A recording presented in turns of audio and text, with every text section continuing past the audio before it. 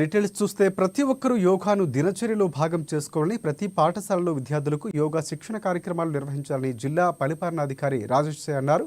గురువారం జిల్లా కేంద్రంలోని రిమ్స్ ఆసుపత్రిలో ఆయుష్ విభాగం ఆధ్వర్యంలో యోగా శిక్షణ కేంద్రాన్ని ప్రారంభించి జ్యోతి ప్రజ్వలన గావించారు. ఈ సందర్భంగా జిల్లా పరిపాలనాధికారి మాట్లాడుతూ ఆరోగ్యవంతమైన జీవితానికి యోగా ఎంతో ముఖ్యమని, ప్రతి ఒక్కరూ నిత్య జీవితంలో యోగాను భాగం చేసుకోవాలని, ఆరోగ్యంగా జీవించాలని అన్నారు. రాజర్షిష ఆయుష్ సేవలు ప్రతి పాఠశాలకు ఎంతగానో అవసరమని, అందుకు పాఠశాలలు కళాశాలలో యోగా శిక్షణ కార్యక్రమాలు నిర్వహించాలన్నారు. యోగాతో మానసిక శారీరక ప్రశాంతత కలుగుతుందని, విద్యార్థులు యువత సద్వినియోగపరుచుకోవాలని, యోగా సాధన చేయాలని అన్నారు. నిత్యం యోగా సాధనతో అనేక దీర్ఘకాలిక అనారోగ్య సమస్యలు నయం చేసుకోవచ్చని, రోగ నిరోధక శక్తి పెంపొందుతుందన్నారు.